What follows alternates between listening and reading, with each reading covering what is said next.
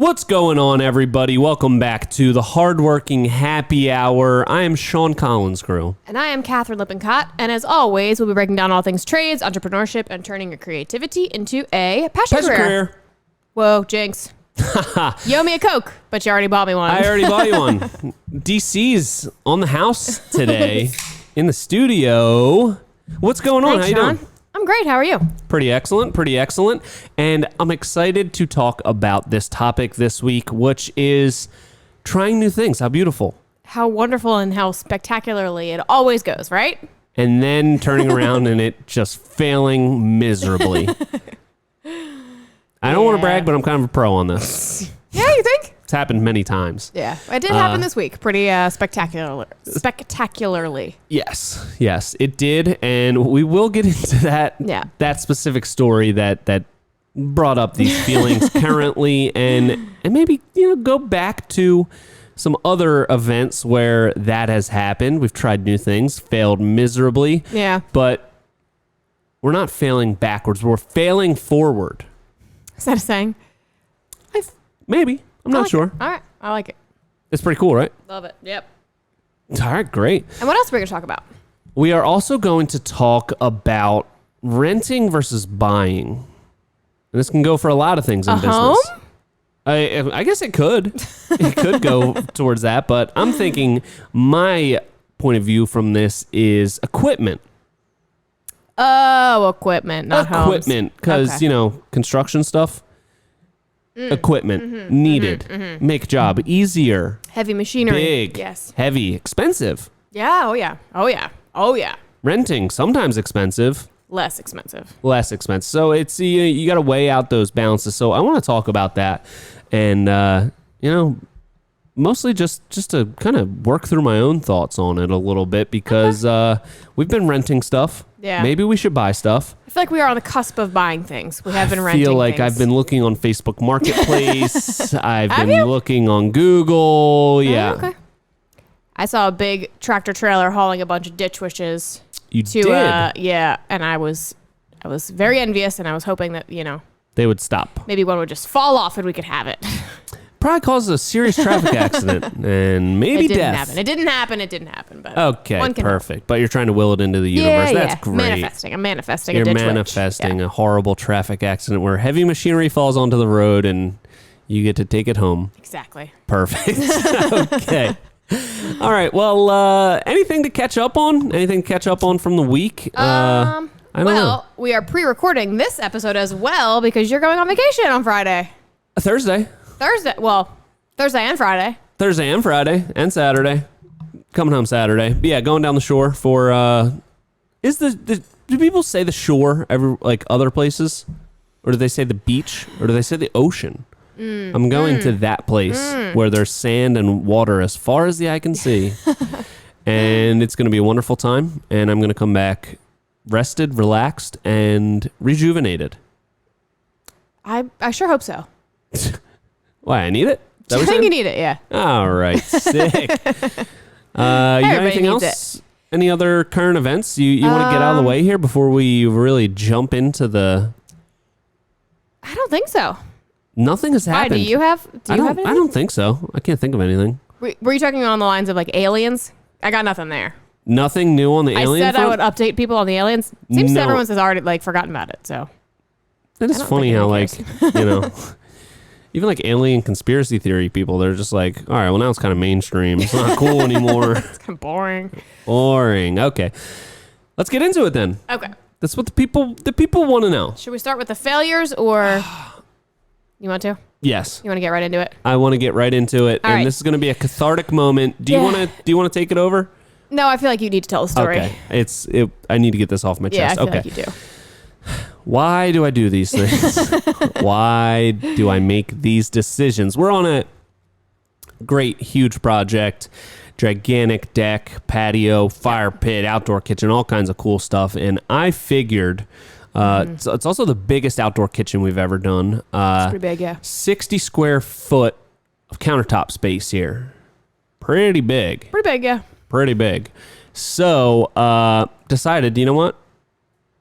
Countertop's not included in the proposal. Client knows that. They know that they're going to have to go out and buy a granite or, whatever they decide on. It's not on us. It's on them. It's been agreed upon. They signed the contract.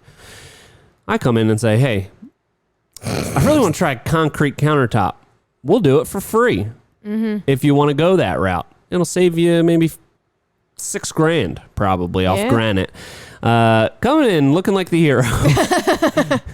The nice a real good guy. Wanting to try something new, and I was so full of excitement and great expectations, and it all cracked right in front of my eyes. So here's the story. Did a decent amount of research on how to pour a concrete countertop, got special concrete countertop mix. When you say a decent amount, you want to specify how much?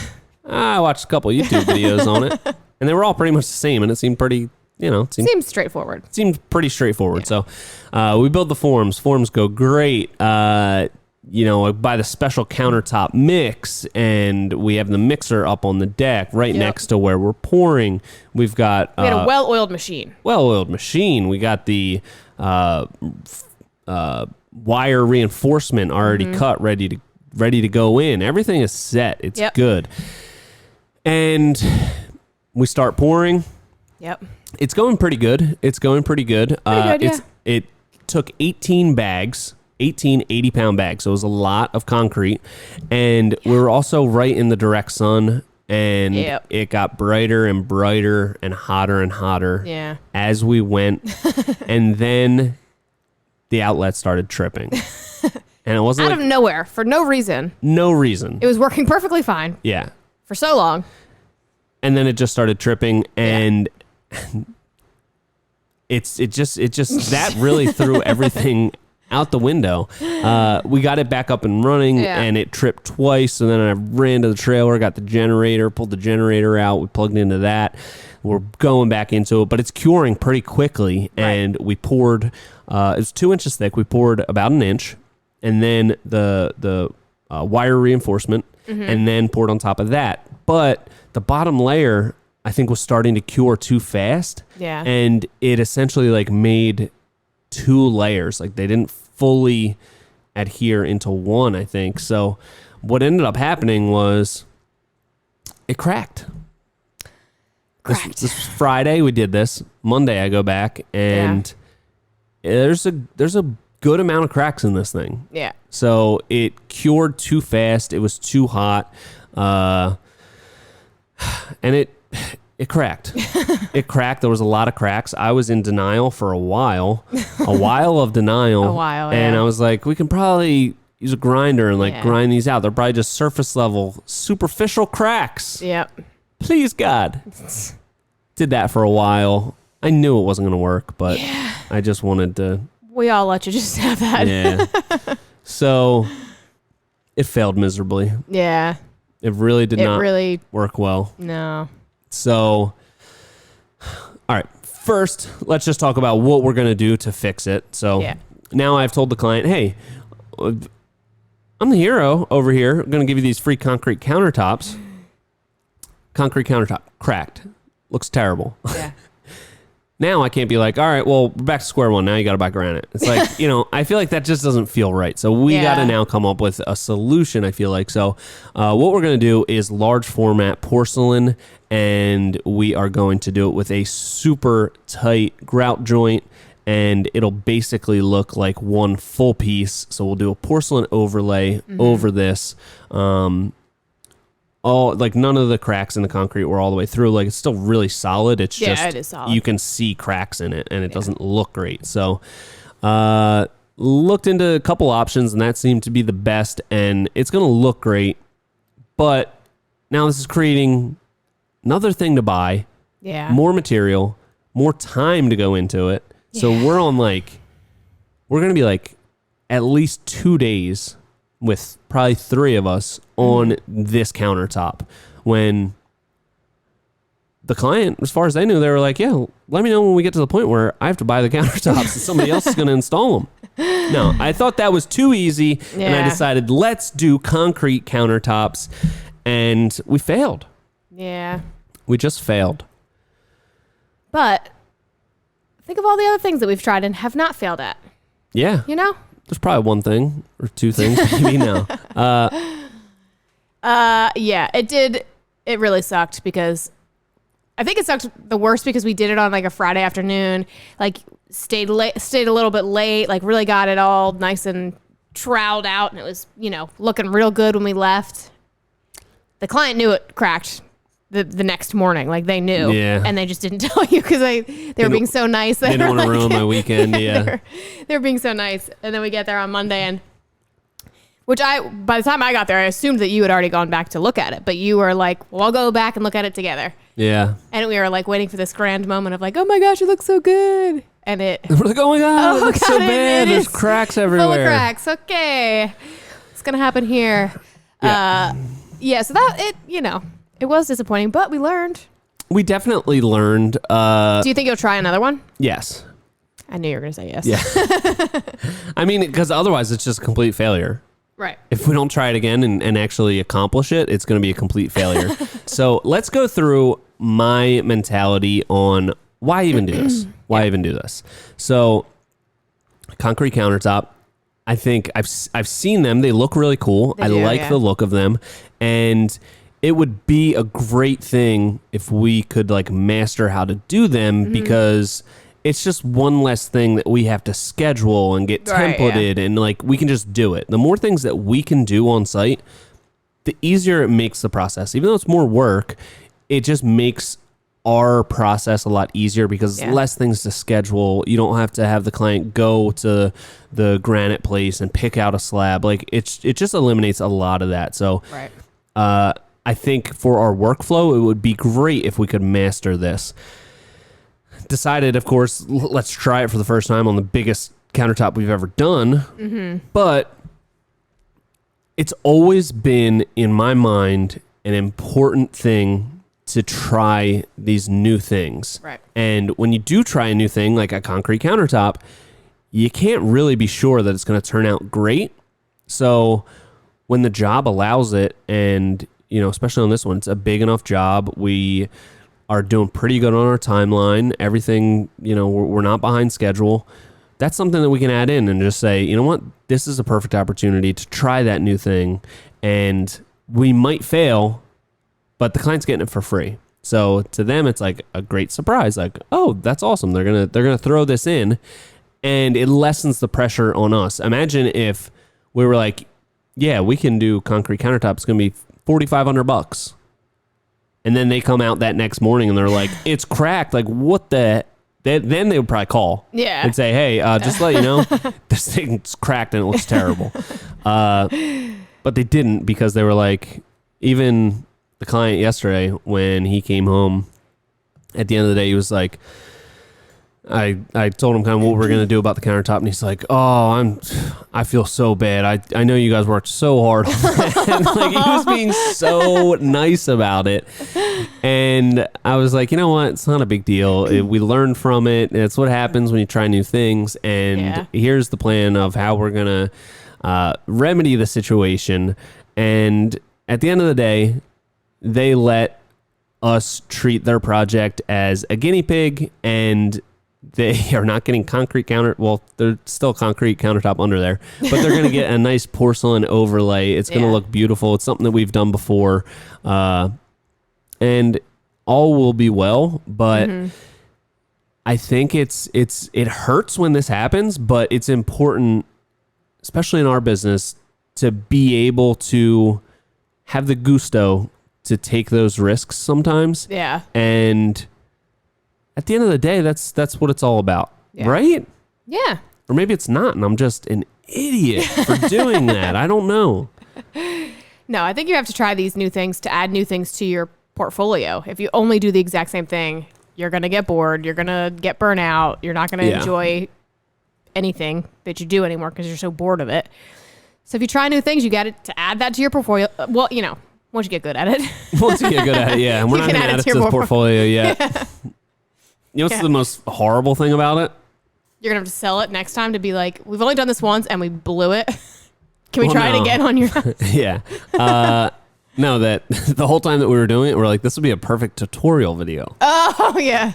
So we have lots of footage on very confidently making this to only come back Monday when we were just supposed to break the form off. We were going to polish it and do the outro. Yeah. That video will never see the light of day, but that footage will be in the vlog that I guess will have been uploaded yesterday. Yes. In the future timing. Yeah. So it was stressful. It was exciting. It was horrifying. Yeah. But not for nothing, it would have looked really good. It if you ignore the cracks, it looks pretty cool. if you look at the spots where it's not cracked, it looks awesome. It looks super cool. But It would have fit the vibe really well. yeah, I think what I learned from that for sure is next time we do it on a smaller piece, and if possible, build the forms in the shop, pour it in a controlled environment where it's not in the sun. It's Then not how as are we going to hot. get it there?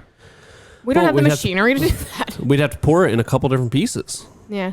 you know, and they would still be really heavy. But Still, yeah. I think we could do it if we did it in 3 pieces. How would we get it up onto the deck? Carry muscles. You would just be watching in this scenario. Leave it to the strong men like me. That's pretty rude. I'm When I just made kidding, that you can concrete help. water feature, none of you guys could carry it, so I'm not totally confident you guys can carry a concrete countertop. That was but shaped weird. It wasn't heavy. It was just awkward. It was just awkward. Yeah. So that's what we just went through. Yeah. Trying something new and failing miserably. And you know what? I'm not mad about it. I don't regret anything. I have no regrets about this. And Were you a little mad though? you know what? Surprisingly, I really wasn't. No? I really wasn't mad. And it's funny because Friday when we were pouring it, the breaker tripped, and like You were so mad. that was like the maddest I've ever been at work. Yeah, you were pretty mad. Like I've never like raised my voice, I feel like, except unless I'm like exclaiming something in a joyous manner. Yeah. But I yelled, I cursed, Yeah.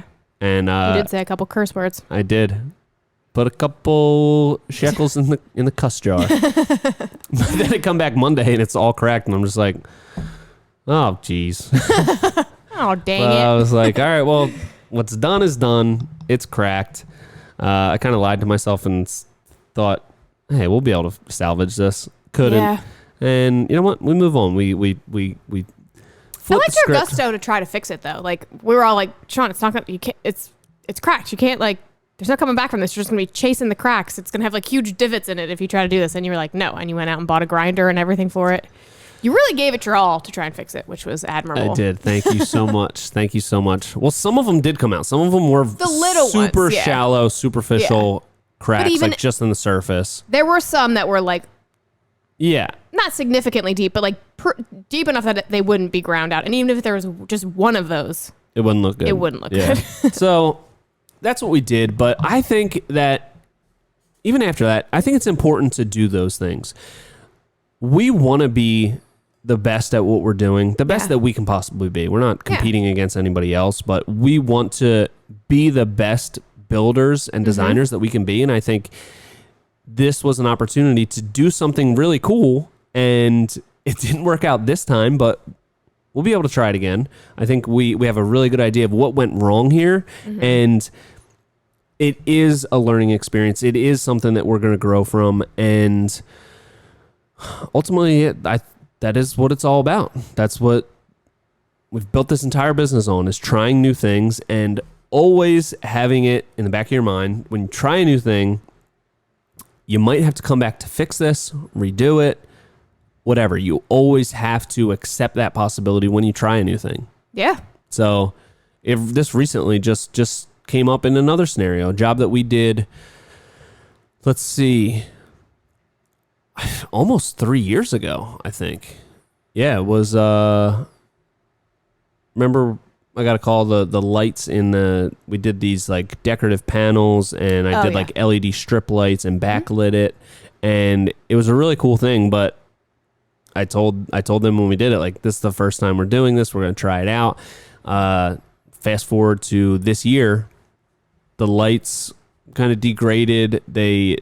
Some of them went out, and they called me about it, and I was like, this was something that we tried for the first time, so Yeah. it obviously didn't work, and instead of being like, well, you're out of luck and it's been 3 years, I was like, this isn't great. They shouldn't have to deal with like some of these being on, some of them not. Yeah. It didn't look great. So I was like, you know what, we'll delete these lights in here because that didn't work, and we'll add some additional lighting on the outside to uplight them.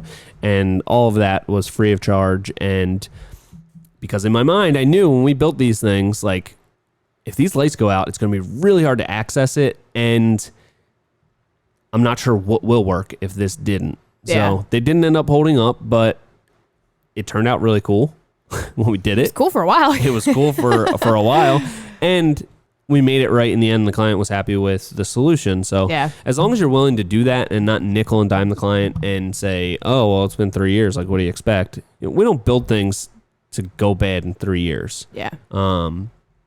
So I felt the obligation to do that for the client, to make it right and add some additional lighting. And, you know, in the end, it took me like, I don't know, maybe 4 or 5 hours to delete the lights that were in there, and then add additional lighting. And the client was super happy about it. And what?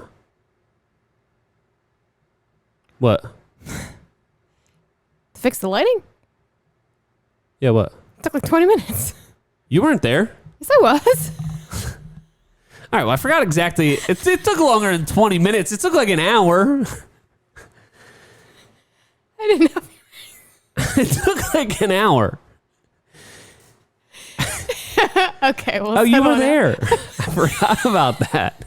I didn't know if you settle were on- exaggerating for like dramatic effect or something. Didn't I go twice, though? You weren't there both times. I went twice. Okay. I guess maybe you're right. The first time I was there, we were probably just you were just kibitzing for a assessing? while. Yeah. Yeah, You were assessing and the situation. kibitzing, chatting it up. I was there for the actual fix. And It didn't take 20 I'm going to minutes. say 20 minutes. No, it took like an hour. I didn't. Well, you know, We installed like semantics, it's fine. 9 lights. Had to disconnect all the lights that were on the thing.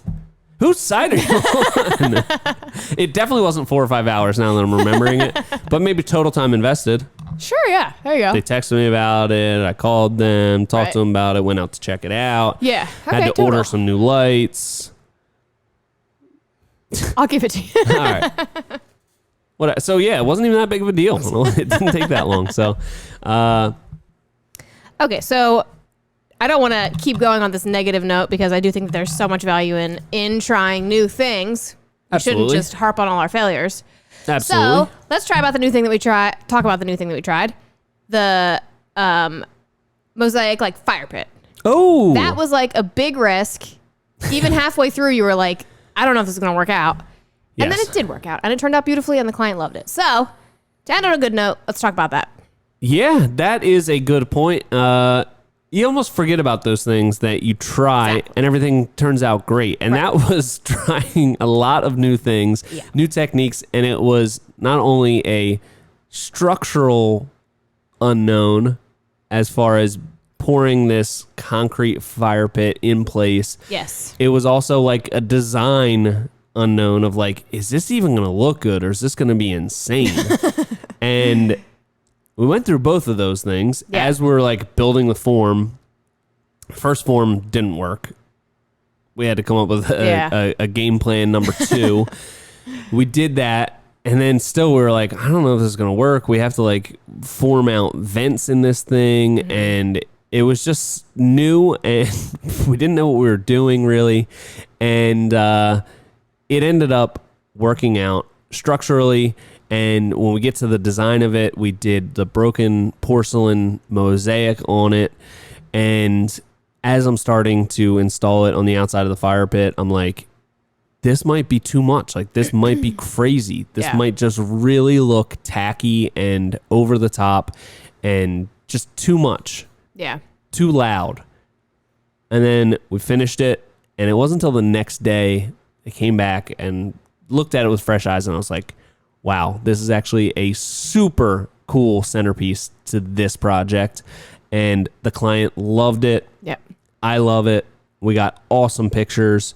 And it was one of those things that I think helps to separate us because it's something super unique. You're not going to see something just like this. It was something just super unique and super custom, as Ant loves when I say how custom it is. Mm-hmm.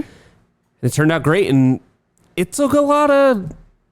It was a little scary, you know, to take that leap and be like, you know what? Instead of just like doing a fire pit like we've done before, let's just do a completely different construction of it. Plus, you know, go crazy with the design. I have no clue what we're gonna do for the caps. Let's try to create our own caps out of the porcelain. It was a lot of trickery, and it turned out awesome. Yeah. So it was a good bit of trial and error. That was a win. That was definitely a win. And there were several points in that, like when the first form didn't work out. Yeah. You overcame that. And then as you broke all the tile and you got it all like ready, and you even made this, like, you took tar paper and you measured everything out and you laid it all out, and you were like, okay, you know, you figured where you wanted everything. And then you started putting it on there, and I don't know what happened, but it just started to not work out. So then you were just freestyling it. So it was like, there was a couple points where you could have just been like, I'm going to stop. Yeah, this is not going to work. Yeah. This isn't working. That's and true. you kept going, and it turned out beautifully. Thank you so much. You're welcome. Thank you so much. There was actually a lot of things on that project, now that I'm thinking about it. The Phantom Post. Yeah. It'd be a lot easier and less unknown if we just put a post in the corner. Like, the client wouldn't be like, why do I have a post in the corner? Like, because every roof ever does. But we're like, you know what? Let's try this out. Come up with this design where it doesn't have a post in the corner of the roof. And hopefully the architect and engineer were right when they looked at my design and spec'd the lumber and connections. And when I take out this temporary post, hopefully it doesn't fall down. Yeah. And it didn't. And it was super cool. Pretty dang cool. I think I'm very happy about it. Yeah. I think it was one of my finest moments as a designer. Thank you so much. Frank Lloyd wrote flank floored moment. Flank. Oh my God. Frank Lloyd. Right. Moment. Yeah. Yeah. Yeah. So could go either way. It could go either way, but we wouldn't have that huge triumphant success moment of the last job if we didn't have the mentality that also leads to the, oh no, this humongous concrete countertop is cracked, and instead of having no part in it and just getting a granite person to come out and template it, kind of be fine with that, we are going to be in the hole about probably $5,000. Yeah. 2 days labor. We even really like our countertop guy. He's great. Yeah, he's awesome. But we just wanted to try something new. So 2 days labor for 3 people. Already spent like $600 on the special countertop mix. Hardy board. What else? Now we're going to have to buy porcelain, thin set, edge banding, all kinds of stuff. So it's going to add up. But you know what I'm not going to do? Complain about it. Nope. No point in complaining. No point in complaining. It don't do nothing. All right. Well. All right. I feel vindicated. You feel better? Yeah. I don't know if that's the appropriate way to use that word. Vindicated. Yeah, that's what I was thinking. I'm selfish. I have a wrong. Who sings that? Taking Back Sun? Dashboard Confessional. Dashboard, yeah. Yep. Yeah. Awesome. Well, good. I'm glad you got that off your chest. Thank you. We've made it through. And it gave us something to talk about on the podcast. So exactly. check that out. And you know what? One thing that always helps me whenever we make a mistake or something goes terribly wrong, I'm like, more drama for the vlog. This is great. This is great. And that's really helped me cope with a lot of situations. Yeah. So. Yeah. Really, it's all about perspective. Really putting a silver lining on that. True. Oh, yeah. Little scenario. Really, it's like gold plating a turd. You know? It's like, this stinks, but you know what? Let's encase it in gold and it'll be beautiful. Something like that. Something like that. All right. Well, I think we've talked about horrific failures enough. Yeah, I think so. What do we got next? Well, why don't we take a break? Oh, okay. And do our bad sales story of the week. Yeah. Brought to you by Groundwork. And you're going to be telling the one this week. I'm going to tell this one. Okay. Okay. So This is from Sam Aronson from Double A Construction. Okay. And, oh, you know what? What? We don't tell where these people are. Like, we should start saying, like, where they're from. From Chicago, Illinois. I didn't look. Okay. I'm so sorry. That's Anyway. okay. I haven't seen this one, so this is all new to me, and Oh, I didn't tell it to you? you did not. Okay. So I'm this excited. is a good one. to- It's kind of scary. All right, well, why don't you get into it? Okay, Jeez, sorry, I got on the edge of my seat. All right. So, Sam, Yes. he went out to this sales call. Yes. Like a true millennial does, he got the address texted to him. Yes. You know how that goes. Texting.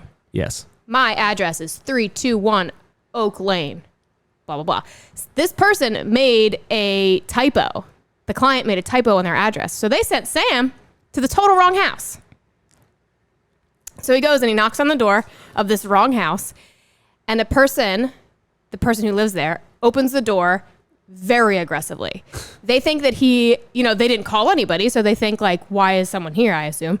And they think that Sam is coming to, like, case their house, to, like, rob them later or something. You know, like how you always hear those horror stories of people like, oh my gosh, all these solicitors knocked on my door and then a week later I got robbed and blah, blah, blah.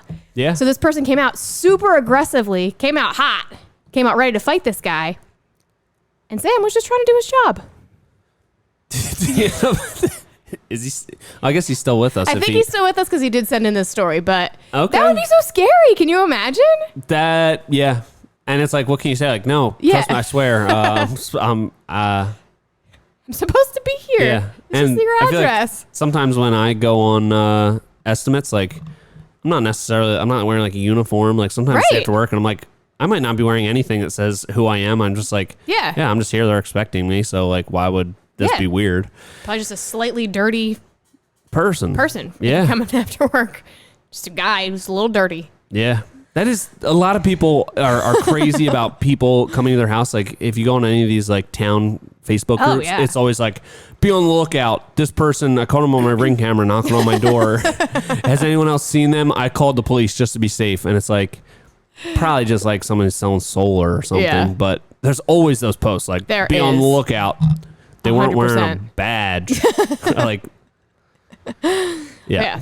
So yeah, that would be very scary and Yes.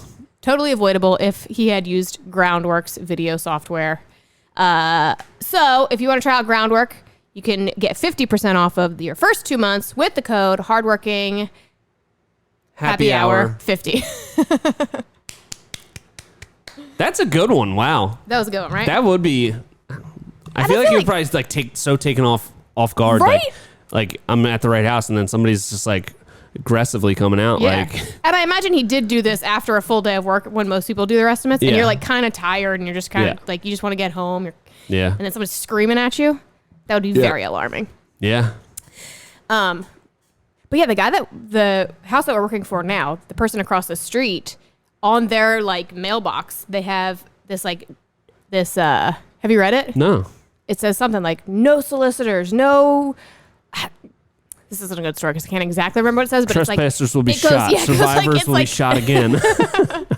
it's something like that. Yeah. And at the end, I think it even says something about like don't leave junk mail. Like I think it's for the mail carrier. Like don't leave junk mail. I think the mail carrier by law has to put whatever. Yeah, I don't think that like, they can steal your have. mail. Yeah. Yeah. I think that is a federal Wow. offense. But Psychos. some people really don't want people coming to their house. So Yeah. Hey, whatever. back in the day, people just used to knock on your door and you'd be like so excited. You'd be Who's like, coming come to in for a visit?" casserole. Yeah. Now everyone And I hides. was like, "Ah, Yeah. how dare you get off of my stoop? Yeah. Which I do. When delivery people come, I'm like hiding. Oh, I always, and like my couch is like right by the front window. Yep. So like I have to like kind of like lay down a little bit. And it's really funny when Max is there because like the window is like right next to the front door. So like Max obviously hears somebody. He climbs up on the couch and he's like He's giving looking you out away. the window and like, but I just stay laying down and I'm like, So it really looks like you just tucked have away. an unattended child. Exactly. Yeah. So I like doing that one. That one's fun. That's pretty I funny. never answer for any solicitor. Oh, God, no. God, no. I don't even let, like, we have meter readers, Yeah. PSE&G. They have to come into my basement every, I don't know, week, it seems like. Yeah. I never let them in, ever. Yeah, I wouldn't either. Do you not have that? Do they not come to your house? I guess not. I don't know.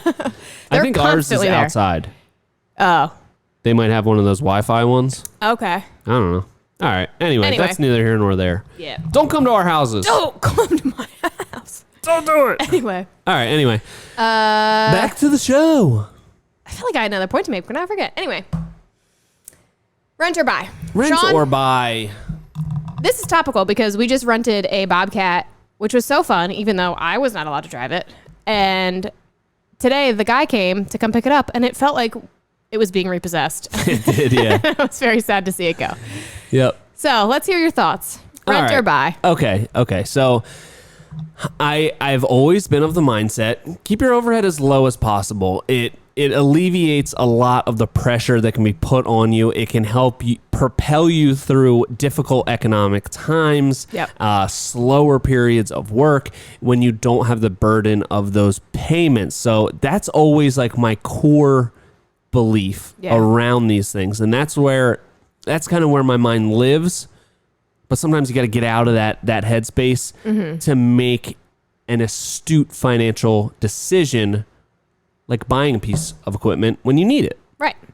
So, yes, it is on my mind right now because we just rented this machine for 2 weeks, and it only ended up being about $3,000, which was a lot cheaper than another place we've rented machinery before, and so I was actually surprised it wasn't more. But rented this piece of machinery, and as we had it on our site for 2 weeks, it just got me thinking, like, this is so nice to have around. If we get a delivery of something, like, instead of some stuff gets shipped like LTL, it'll be on like a in a box truck, and they can get it down with a pallet jack, but then they'll just leave it at the street. They're not going to put it up the driveway, and sometimes it's heavier than our Dingo can lift, so we'll have to break down that pallet, do a couple trips, and it's so nice to be like, you know what, leave that pallet jack up there. We're bringing the Bobcat over, boom, pick it up, put it exactly where we want it. Yeah. And I think that there's two different ways to go about evaluating the decision whether to rent or buy. Mm-hmm. Number one, you essentially just look at, how often do I rent this machine? Would that cost be offset just by a financing payment on this machine? That's one way to look at it. And when you get to a certain point, like, okay, I'm getting to the point where I'm spending 1.5 times what a finance payment would be on this machine, it's probably best for me to just buy it. But now you are obligated to pay for that for 3, 4, 5 years. If work slows down, you can't be like, oh, well, I don't need to rent that. You still need to pay for it. Right. Or that man will be a repo man. So that's like a very straightforward, simple, easy way to look at it. So some people might want to wait until they have the cash and the capital to buy it outright. So they are still getting that return on investment, but they don't have that long-term obligation of a monthly payment looming over their head. Here's the other way to look at it. And this is what happened with the Dingo. I was renting a Dingo a lot. And it was just getting to the point where it just made sense financially to go buy one and pay the monthly payment for it, because basically if I was renting it more than like 3 days a month was the break-even point. It was like just about $200 a day to rent one, and my payment was about $640 a month. So 3 days a month, if I'm renting one, that's my break-even point. We're probably right around that. We were probably 3, 4, but sometimes some months 2 days. Mm-hmm. But we had to really plan everything around, this is the day we're going to have the machine. We need all the stone to be here. We need to get everything done with this machine on this day, which can be great. It can help you be more efficient and force you to be more efficient. Sure. But I was amazed when I finally pulled the trigger, bought one. We started using it like every day for everything. Yeah. I mean, it wasn't just like the biggest things that like excavating a patio and moving stone. It was like, oh, well, we got this thing in the front yard. Yeah, we could pick it up, but let's put it in the machine and drive it back there. So many different things opened up. Plus, we bought some attachments for it. So pallet forks. So we were able to move small pallets. Like we can move sod pallets with it. And also got an auger bit for it. So at that time we were doing concrete footings and we were able to dig them all out in like a second. So once I had it, it was amazing how much I used it. And I was like, how was I just renting this? Like, how did I not have this on site all the time and always have access to this? So that's what got into my head a little bit with this, with the skid steer loader. It was like, this is so nice to just have here. Yeah. And we can be a lot more flexible with our schedule and when we do things and do it in a little bit of a more efficient way because the machine's here. It's here for 2 weeks. It's not like we just have it for one day. And it's got me thinking maybe we should buy one. Yeah. What do you think? I want one so bad. Besides the fact that it's just cool. It is cool. But no, I feel like I have noticed how much fast, like the Dingo is great for small things, but like how much faster. Yeah. I don't know if it's you or Tom or somebody was filling a garden bed with dirt and it took like 3 trips in the Bobcat, where if you'd be moving dirt for half a day with the Dingo. So it's like things can just move so much faster and you can be so much more productive when just that you're not waiting on that kind of stuff. Or for like moving stone for a big patio and then somebody's just standing there waiting for the next little Dingo load to come and then you dump it out and then they're done, like, you know, raking it out in 2 seconds. Whereas the Bobcat really can do a lot more. And 6 to 7 times more material in one bucket. Yeah. Yeah. So just like the efficiency portion of it, I feel like is huge. Yeah, definitely. And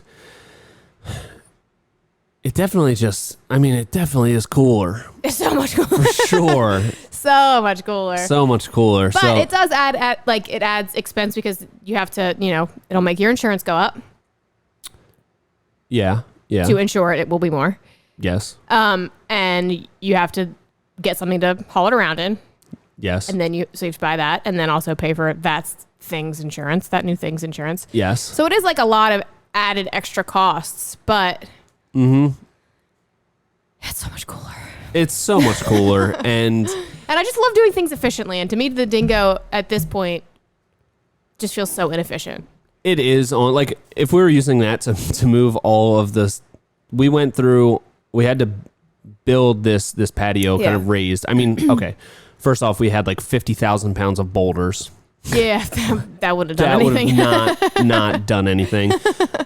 We got 3 truckloads of 3/4 stone. So that's like 60 tons. And we just got 25 yards of topsoil. That's a lot. That's a lot. That's so much. Yeah. The Dingo, it would take almost all day to move a full truckload of stone. Bobcat, 2 hours maybe. Yeah. So it's things like that really make me think, okay, just because we've been getting by and we haven't been renting one that much doesn't mean that, one, we shouldn't be renting it more or that we wouldn't have the use case for it on a more frequent basis. Yeah. Right? Yeah. And I think the thing that I've heard you mention a lot too is also like clearances. Like we don't have, you know, we work in usually the places we work are pretty tight. Yeah. So clearances might be an issue, but I feel like that's not a big enough an issue. Like we haven't had that much of an issue with the past jobs that we've had where we've been talking about this. So I feel like not even that would hold us back at this point. Plus, it's nice to be able to fit through a gate and like not have to take down a section of fence, but taking down a section that bad. It's not that big of a deal to take down a section of fence, and a lot of times we end up doing that anyway, just so that the Moffett truck, like the truck, the forklift that all our materials come on from the supplier, they can get it as close to the job site as possible. So, what do you think? Should I buy one? Let's go now. Let's go. Your pre-vacation treat to yourself. I could drive it down the shore. Max would love it. beep beep. And that would be inefficient. It's not That as fast probably as a would be. car. Yeah, that would probably be inefficient. But I also could bring fun all and my cool. luggage in the bucket. Yeah, That would be fun. something to think about. I know, and it's so cool. The thing that really holds me back is the maintenance on it. That's the part that really stinks. We do need to get We need to get better at we need maintenance. to get better for sure. Yeah. At maintenance. So Speaking of that dingo, she's broken. Well, No, not she's anymore. fixed Now she's now, fixed. yeah. She was broken for many it's weeks. gonna cost like $4,800 or something. Yeah. So Tom's picking that up tomorrow, and so yeah, that was neglected a bit. She was a bit neglected. She was a bit neglected, and She held up well though for all the neglect. she did, yeah. Especially towards the end there, and it was smoking pretty good. And we're just like, it's You're- probably fine. It might just be like bad gas. It's good. Send it. That was silly, That was, yeah. especially with it like so messed up, and like we unloaded. Remember we unloaded all that porcelain off the truck, and we had 3 of us stand on the back of it, so it didn't dip over. It was like way over capacity, and it's like spitting out a lot of white smoke. And we're just like, it's fine. It's been running. Maybe we think that it can't do that much because it's just so run into the ground. Maybe we're gonna get it back and it's fixed and it can like do way more than we Maybe. even remembered. I doubt it. We're just going to compare it to the True. Bobcat just got picked up today. Tomorrow, the dingo will be back, and we'll Yeah. be like, what is this tiny little machine? Tiny toy. It's adorable. So, yeah, something to think about. We will update. It's been weighing heavily on my mind, so I'd love to hear Yeah. other people's analysis of how they make that decision, because Yeah. for some people, it's just like, I really need it, and I want it, and I think it's worth it, so I'm going to buy it. But I'd be very interested to hear the other side of it, people that really do like a deep analysis of how and when and why they should buy a certain piece of, especially Yeah. larger equipment. ROI focused. Yeah. So, yeah, I guess that's all I got. Yeah. How long we been? We are done, Sean. Don't We're worry. done. Yeah. We're done. We're finished. Okay. That's great. I feel like I got a lot off my chest. Plus, I was able to work through my thoughts on this rent versus buy. This Yeah. was a very helpful episode for me in particular. Did you land on a decision? Buying. You're gonna buy? I don't know. No, I'm not sure yet. I still need a little bit more time Okay. to think about it. But this helped me kind of process my thoughts a bit. This was a little bit like therapy for me. Oh, nice. Anyway, I guess that's it. Is that it? That's it. Also, to mention, if you want to send us your bad sales story to be included, we will give you a shout out on this podcast. So send them. There's a link in our link tree, or you can just DM us, or, you can DM him personally or me personally, or the Hardworking Happy Hour on Instagram. Yeah. Just get it to us and we will say it on air. Yeah, and also if you do go through that Linktree link, you can also put your handles on there and stuff. So we'll shout out your handles. Oh, yeah, and give you a nice shout out on the air here. So also, if you would be so kind to leave us a review and hit that button, subscribe to the podcast on whatever app you're listening to. It helps more than you know, and hopefully it'll help us buy that piece of machinery. I don't know. Eventually, people just give you money on the podcast. I think that's how it works. Our Steve check's probably Jobs, I think, coming. cuts a check or I something. think he does, yeah. It should be in the mail. I mean, we've been doing this for a while, Yeah. right? Does anyone notice that we... All right, we're getting off track here. Till next time, this has been the Hardworking Happy Hour. See you next week.